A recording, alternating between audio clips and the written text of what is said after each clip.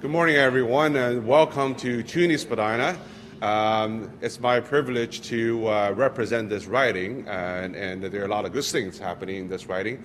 Minister and I were just chatting that I see him almost every week making great announcements, as well as his cabinet colleagues here in CUNY Spadina. So thank the minister for the hard work and very talented minister, actually. Oh, wow. Yes. We heard some good news on the job numbers today. That's fantastic.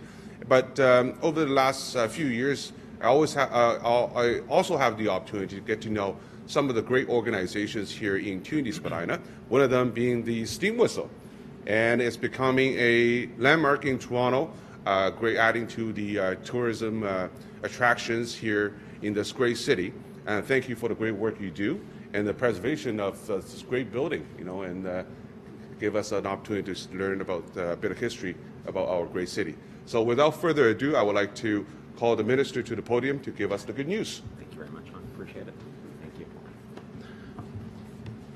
Good morning, ladies and gentlemen. I'm very happy to be here with all of you this morning. As MPP Han Dong said just a second ago, to be here with all of you at Steam Whistle is it's a true delight for me to see all the smiling faces of individuals who I know work very hard here at Steam Whistle, and as a result of their hard work and the dedication of the entire team, it's great to see that there are expansions that are taking place and that more people are being hired and that more jobs are being not only created but retained. And I want to thank Andy and the entire team at Steam Whistle for the extraordinary work that they do as a key part of our economy. So thank you very much, and thank you for hosting us here today for what is a very good news announcement. And I also want to say about Han Dong, a very dear friend of mine, someone who has represented Trinity Spadina over the last now almost 4 years. We're just a couple of months shy of 4 years at this point in time.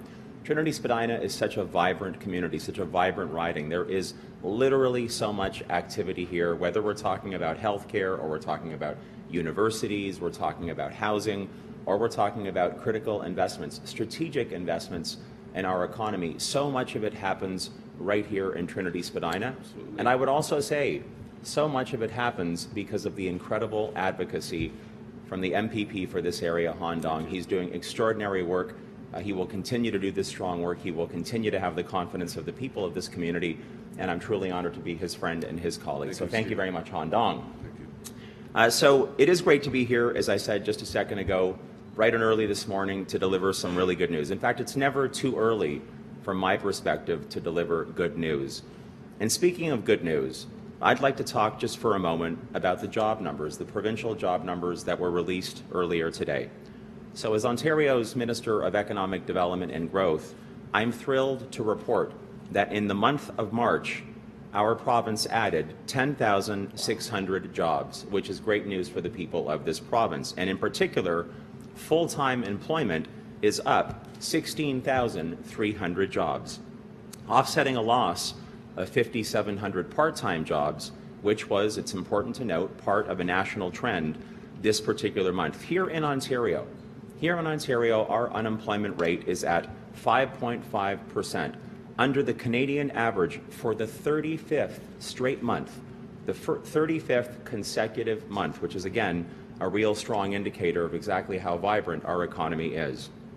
Now, since this time last year, we've created 129,000 jobs in Ontario and more than 800,000 new jobs since the worst of the recession about a decade ago. Now, of course, this is great news, and it's news that we should celebrate, and it's news that we should highlight.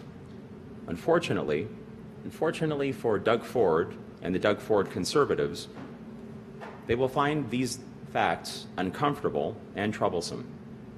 Now, I will say as a proud Ontarian, I can't imagine what it must be like to wake up in the morning, read the job numbers, and actually be disappointed to see that Ontario has created jobs. Just because this doesn't fit their false partisan narrative of a failing Ontario. But that's where some of our critics are at. They can't, or they won't admit that our province is pretty awesome, that our people are amazing, and that working together, we're accomplishing great things. And even though this is all fantastic news, I will stress Our government knows that we have more work to do. We've got to stay the course. We need to make sure more people feel the benefits of Ontario's incredible economy. Which brings me to our announcement today. I'm thrilled to be here to say that we're joining with Steam Whistle Brewery to invest in new equipment, help them expand their product line, create new jobs, and retain existing jobs. The Government of Ontario is investing up to $1.3 million through our Jobs and Prosperity Fund, which will support an overall project worth $22.8 million. Congratulations to Steam Whistle.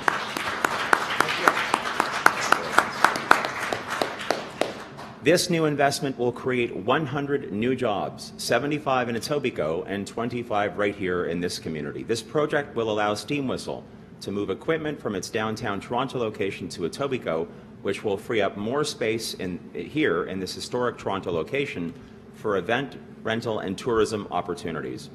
Not only will this create new jobs, it will help to ensure that Steam Whistle Brewery retains 143 jobs. Now, as I said just the other day when I was also here in Trinity Spadina speaking from another podium, our government is on the side of Ontario workers, and we're on the side of Ontario's businesses because we're on the side of Ontarians. We believe in our province, in the skills and the talents of our workers and our entrepreneurs.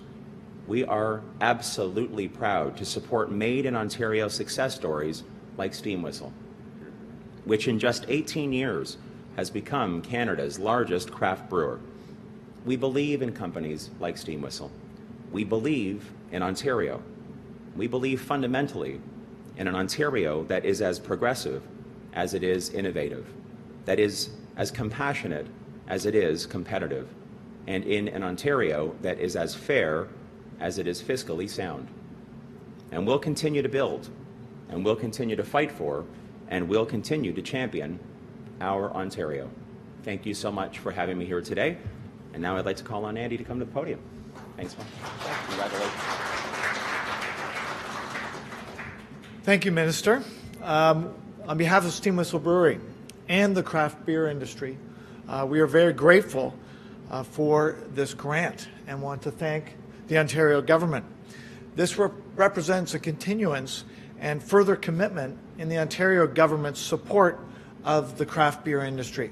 It follows on the small brewers tax credit and also the improved access to craft beer through a program that will ultimately allow 450 grocery stores to retail beer.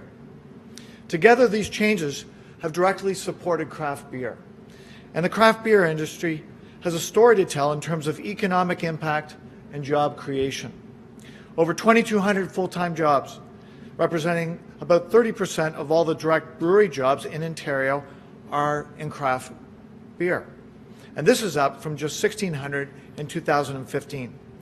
The indirect job equivalents are close to 9,000 jobs. Steam Whistle was founded in 2000, as you mentioned, and is now Canada's largest craft brewery.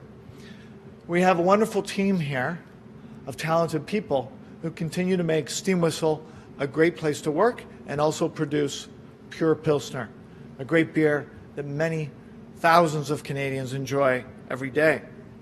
This grant of $1.3 million will be an important part of helping our company grow and helping us construct a new facility that ultimately will employ more Ontarians, increase tourism in Toronto and Quebec, in Toronto and Etobicoke, and help us aggressively pursue export markets, one of which is Quebec, in which we hope to launch sales in June. And ultimately, we hope to be able to export Steam Whistle to the U.S. and other markets outside of Canada. So, Minister and the Ontario government, thank you very much for your support today.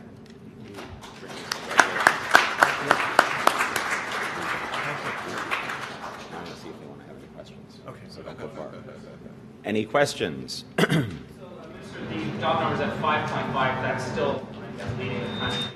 It is leading the country, yeah. 35 consecutive months now that we've been below the national average, and the lowest rate in about 17 years, leading the GDP, GDP that leads the G7. The good news keeps going, so. The PC leader said yesterday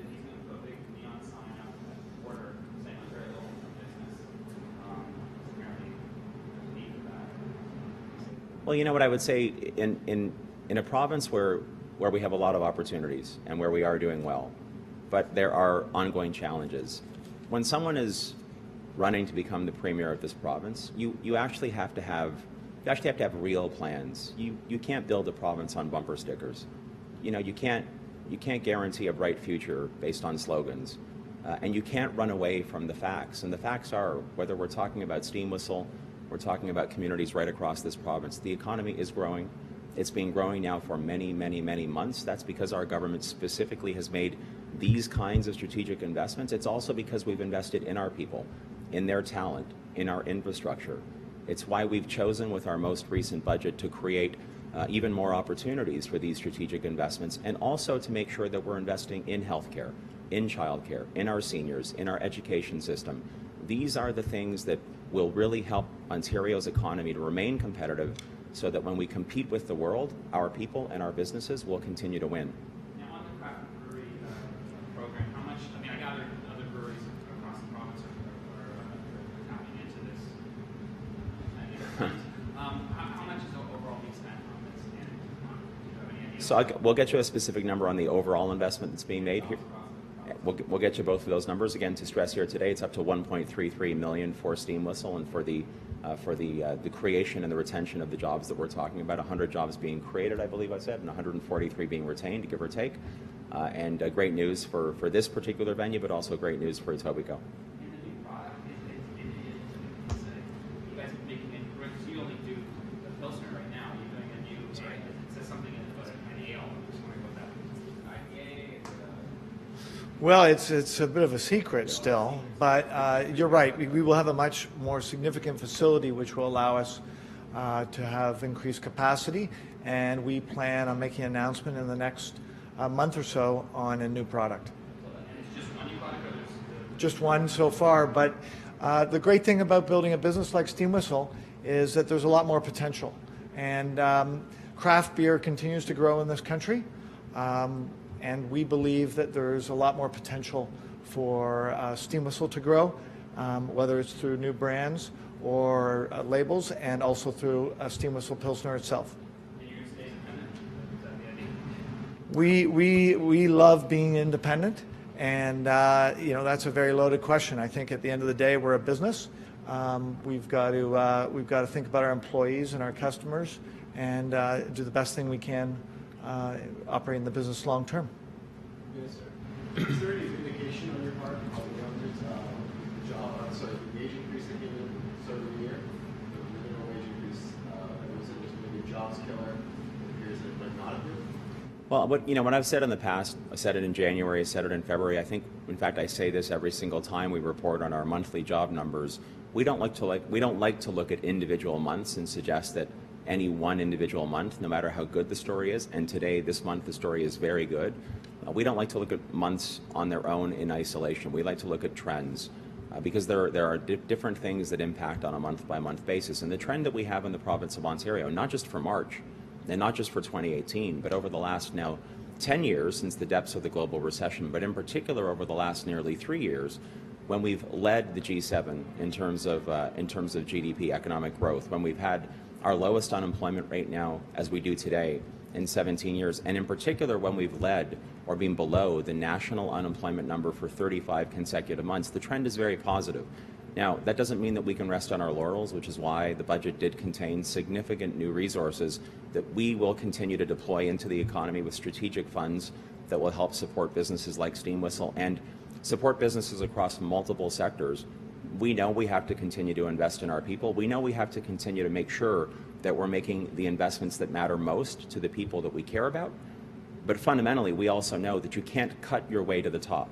You can't have a program that will require billions of dollars in reckless cuts like Doug Ford and the Conservatives do, and what they plan to deliver to the people of Ontario. You can't do that and grow.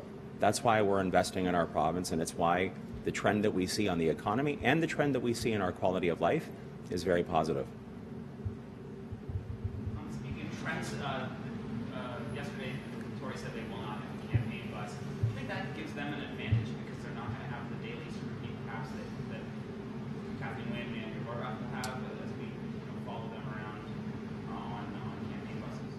So I'm not in the habit of I guess, commenting on the tactics that other parties, other political leaders will use in the course of a campaign. What I will say, and the Premier has said this on multiple occasions, in a few weeks when the campaign starts, the choice for the people of Ontario couldn't be more stark. Our budget that we recently announced in the legislature very clearly puts us on the side of making sure that we're caring for the people of this province. It's about care and not cuts. But it's also about an agenda that demonstrates courage.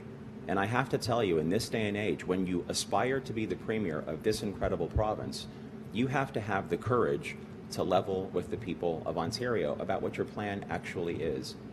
You know, it's 2018. You can't be the peekaboo Premier. You actually have to stand up and say, this is what I believe in. So for us, it's about care, not cuts. It's about courage, not cowardice. And I think the people of Ontario deserve more than someone who thinks they can play hide and seek all the way to the Premier's chair. Well said. Thanks very much, everyone. And cheers. Cheers. Thank you.